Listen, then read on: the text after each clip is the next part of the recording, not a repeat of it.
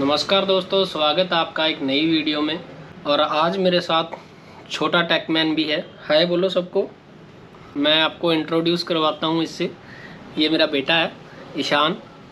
आज की वीडियो में हम लोग बात करेंगे 5 ऐसी प्रॉब्लम्स के बारे में जो आप लोग फेस कर सकते हैं सोलर पावर प्लांट लगवाने के बाद। तो कुछ लोग जिनके पावर प्लांट्स लगे हुए हैं पहले से, उनको भी हो सकता है ये प्रॉब्लम्स आ रही हों, और उनके आसान से समाधान जो आप खुद कर सकते हैं, उन सभी चीज़ों के बारे में आज हम डिस्कस करेंगे। तो बने रहिए वीडियो में अंत तक। और एक मेरी आपसे और शिकायत है कि बहुत से लोग मेरी वीडियोस को देखते भी हैं, लाइक भी करते हैं, लेकिन उन्होंने चैनल को सब्सक्राइब नहीं किया हुआ है। तो अगर आपको वीडियोस अच्छी लगती हैं, जानकारी अच्छी लगती हैं, तो आप चैनल को सब्सक्राइब करके मेरा थोड़ा सा हौसला और बढ़ा सकते हैं, ताकि मैं नई नई जानकारी आपके लिए लेके आता रहूं। तो चलिए दोस्तों, बढ़ते हैं टॉपिक की ओर। तो सबसे पहली जो प्रॉब्लम आप लोग फेस कर सकते हैं वो है बिलिंग या रीडिंग की। तो दोस्तों, जब भी हम सोलर पावर प्लांट लगाते हैं तो उसके बाद जब हमारा पहला बिल आता है, क्योंकि हम पावर प्लांट इसलिए लगवाते हैं ताकि जो हमारा बिजली का बिल है वो कम हो सके, वो 0 हो सके, या वो 90% तक कम हो जाए। लेकिन सोलर लगवाने के बाद जब भी हमारा पहला बिल आता है, अगर वो जितना हमारा बिल पहले आ रहा था उतना ही बिल आ जाए तो हमें थोड़ा सा झटका लगता है कि हमने 4-5 लाख रुपए खर्च भी किए हैं और बिल तभी भी उतना ही आ रहा है। फिर हम एकदम से सोलर कंपनी को फ़ोन लगाते हैं जिससे हमने प्लांट लगवाया था कि भाई प्लांट लगाने का क्या फ़ायदा हुआ, हमारा बिल तो उतना ही आ रहा है। तो दोस्तों, क्या होता है कि जब भी हमारा प्लांट ऑन होता है, कमीशनिंग होती है, जब उसका नेट मीटर इंस्टॉल किया जाता है, तो मोस्टली केसेस में क्या देखा गया है कि जो लोग मीटर लगा के जाते हैं, जो डिपार्टमेंट के लोग होते हैं, मीटर जो इंस्टॉल करके जाते हैं, उनको वो जो नया मीटर हमारा इंस्टॉल होता है वो मीटर डिपार्टमेंट में जाके ऑनलाइन उसको चढ़ाना पड़ता है, उसको रजिस्टर में चढ़ाना पड़ता है। उसका पूरा एक प्रोसेस होता है नेट मीटरिंग का, वो करना पड़ता है। और जो आपका पहले का पुराना मीटर था उसकी रीडिंग जहाँ तक आप यूज़ कर चुके हैं, उस रीडिंग को भी वहाँ पे जाके चढ़ाना पड़ता है ताकि उसका बिल जनरेट किया जा सके। लेकिन बहुत सारे केसों में देखा गया है कि वो लोग जो मीटर है वो यहाँ पे इंस्टॉल तो कर जाते हैं लेकिन सिस्टम में उसको नहीं चढ़ाते हैं। तो उसकी वजह से क्या होता है कि जैसे आपका प्लांट तो लग जाता है, मीटर भी लग जाता है, लेकिन सिस्टम में आपका मीटर जो है वो अभी तक इंस्टॉल नहीं शो कर रहा होता है। तो जो मीटर रीडिंग लेने आते हैं लोग, उनको नहीं पता होता है कि आपके नया मीटर लगा है या सोलर का मीटर यहाँ पे लगा है। वो पुराने मीटर की तरफ से ही रीडिंग ले जाते हैं और या फिर वो एवरेज का बिल डाल देते हैं।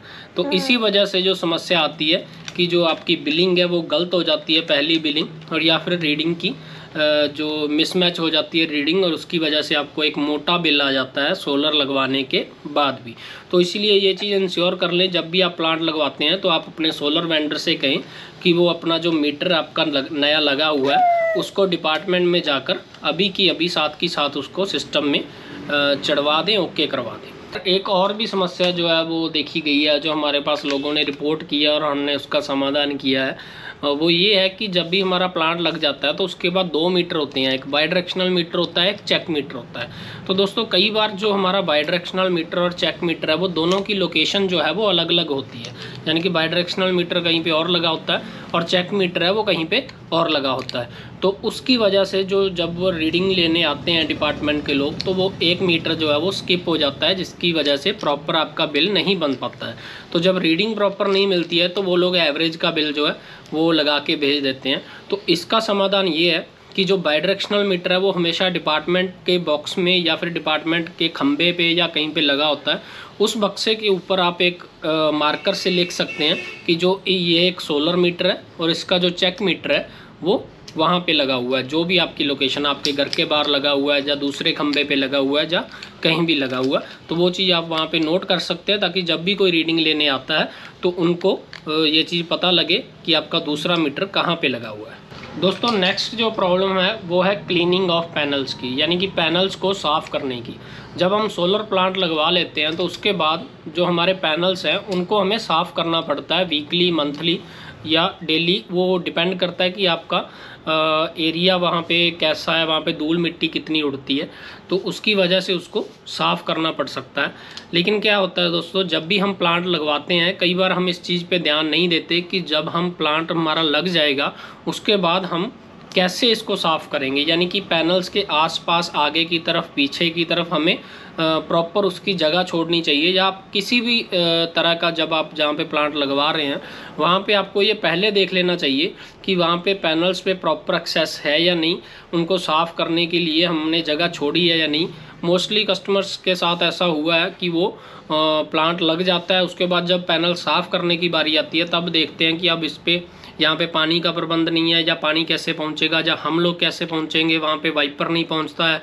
ऐसी कई सारी समस्याएं आती रहती हैं, तो ये चीज़ें आप पहले से ध्यान रखें। दूसरा, अगर आपके पास जहाँ पे आपके पैनल लगे हुए हैं वहाँ पे ग्रेविटी बेस्ड टैंक रखा हुआ है, यानी कि पैनल्स के ऊंचा कोई टैंक है पानी का, फिर तो आपको पंप की ज़रूरत नहीं है।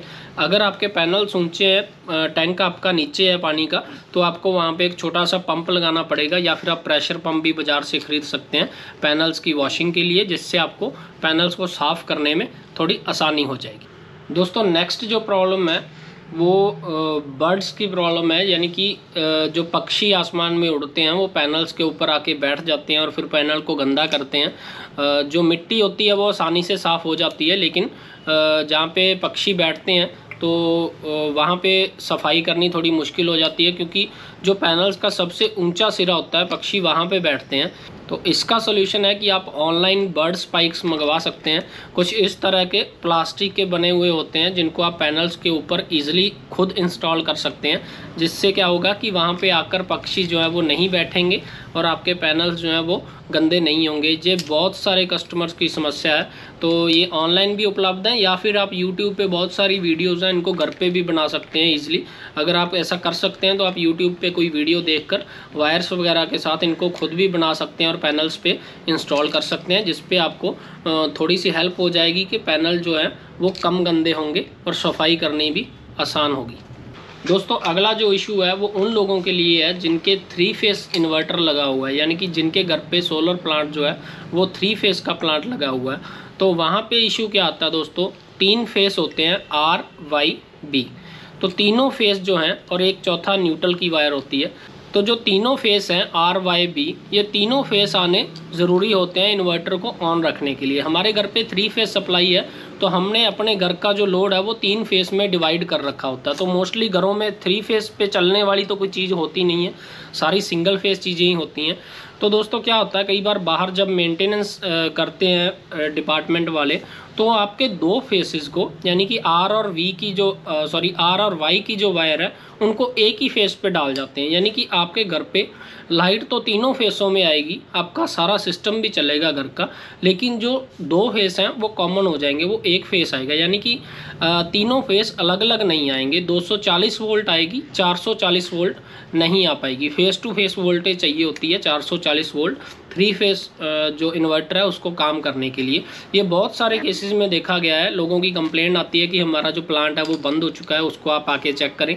लेकिन जब जाकर चेक करते हैं तो बाहर जो खंबा होता है बिजली का, वहाँ पे या फिर जहाँ पे सप्लाई उनकी आती है, वहाँ पे जो डिपार्टमेंट वाले किसी मेंटेनेंस के टाइम पे उनके 2 फेस को एक ही फेस पे डाल जाते हैं, जिसकी वजह से उनका इन्वर्टर जो है वो बंद हो जाता है। तो इस चीज़ का आपको ध्यान रखना है कि अगर बाहर कहीं कभी भी आपके घर के बाहर मेंटेनेंस होती है बिजली की, या खंबे पे कोई काम करते हैं लोग, तो उनको आप बोल के रखिए कि हमारा 3 फेस कनेक्शन है और हमें 3 फेस सप्लाई ही चाहिए। या फिर अगर आपके साथ ये चीज़ हो चुकी है तो आप डिपार्टमेंट में कंप्लेन करके इसको ईजिली ठीक करवा सकते हैं। दोस्तों, 5वीं और लास्ट समस्या जो है वो रिमोट मॉनिटरिंग से जुड़ी हुई है। जब भी हम सोलर प्लांट लगवाते हैं तो हम एक ऐप डाउनलोड करते हैं अपने फ़ोन पे, रिमोट मॉनिटरिंग ऐप जो होती है, जो कि आपके इन्वर्टर का सारा डेटा अपने फ़ोन पे आपको शो करती है कि आज कितनी यूनिट बनी है। कई बार क्या होता है, जो आपका इंटरनेट का है कनेक्शन है वो डाउन हो जाता है, या फिर इंटरनेट की सप्लाई जो है बंद हो जाती है, इन्वर्टर को नहीं मिल पाती है, तो उसकी वजह से जो आपका डेटा है वो शो होना बंद हो जाता है और हमें ये लगता है कि आपका जो प्लांट है वो बंद हो चुका है, वो बिजली नहीं बना रहा है। तो ऐसा नहीं होता है दोस्तों। अगर ऐसी दिक्कत आती है फ़ोन में तो पहले आप इन्वर्टर के पास जाकर चेक कीजिए कि आपका इन्वर्टर की डिस्प्ले पे इन्वर्टर ऑन है या इन्वर्टर बंद है, वो चीज़ आप चेक कर सकते हैं। इंटरनेट की सप्लाई आप चेक कर सकते हैं, क्योंकि आजकल कुछ डिस्प्ले लेस इन्वर्टर भी आते हैं जिन पे डिस्प्ले नहीं होती है, सिर्फ ऐप पे ही होता है। तो अगर ऐप में बंद हो जाता है तो हमें ये लगता है कि आपका जो इन्वर्टर है वो काम नहीं कर रहा है। फिर हम कंपनी को फ़ोन करते हैं कि हमारा इन्वर्टर जो है वो काम करना उसने बंद कर दिया। लेकिन जो वाईफाई की सप्लाई है या जो GPRS की सप्लाई है, जो इंटरनेट की सप्लाई है, उसका जनरेशन से कोई लेना देना नहीं है। अगर वो बंद हो जाती है तो सिर्फ आपकी ऐप ही बंद होगी, आपका जो प्लांट है वो प्रॉपर काम करता रहेगा। और एक चीज़ मैं और कहना चाहता हूँ, जब हम रिमोट मॉनिटरिंग स्टार्ट करते हैं तो उसको वाईफाई से जोड़ा जाता है, जो एक बिल्कुल सिंपल सा प्रोसेस होता है। तो जब भी हम वाईफाई का पासवर्ड चेंज करते हैं तो आपके इन्वर्टर को इंटरनेट मिलना बंद हो जाता है, तो उससे भी आपकी जो ऐप है वो बंद हो जाती है। फिर हमें कंपनी को बुलाना पड़ता है इसको कनेक्ट करने के लिए बार बार। तो इसके लिए क्या है, एक आसान सी चीज़ है कि जब भी आपका प्लांट पहली बार ऑन होता है और रिमोट मॉनिटरिंग को वो कनेक्ट करते हैं, आप उसी टाइम पे वो स्टेप्स सीख सकते हैं। बिल्कुल 2 मिनट का काम होता है वो, अगर आप सीख लेंगे तो कभी भी इन फ्यूचर आपका पासवर्ड आपने चेंज करना है तो आप इन्वर्टर में भी अपना वाईफाई का पासवर्ड जो है वो चेंज कर सकते हैं। इससे आपको थोड़ी आसानी हो जाएगी कि कभी भी आप पासवर्ड चेंज करना चाहते हैं वाईफाई का तो आप चेंज करके इन्वर्टर में भी चेंज कर सकते हैं। आपकी जो ऐप है वो लगातार चलती रहेगी, वो बंद नहीं होगी। तो दोस्तों ये कुछ समस्याएं थी। अगर आपको भी कोई समस्या आ रही है, आप फेस कर रहे हैं सोलर पावर प्लांट में, तो आप मुझे कमेंट करके बताइए। उसका आसान सा समाधान जो आप खुद कर सकते हैं या उसका क्या पॉसिबल सॉल्यूशन है वो मैं आपको वीडियो में ज़रूर बताऊंगा। तो मिलते हैं किसी नई वीडियो में किसी नई जानकारी के साथ। चैनल को सब्सक्राइब कर दीजिए। मेरी और ईशान की तरफ से आप सभी को गुरु नानक देव जी के जन्मदिन की बहुत बहुत बधाई। देखो ये भी कह रहा है कि चैनल को सब्सक्राइब कर लो। Thank you.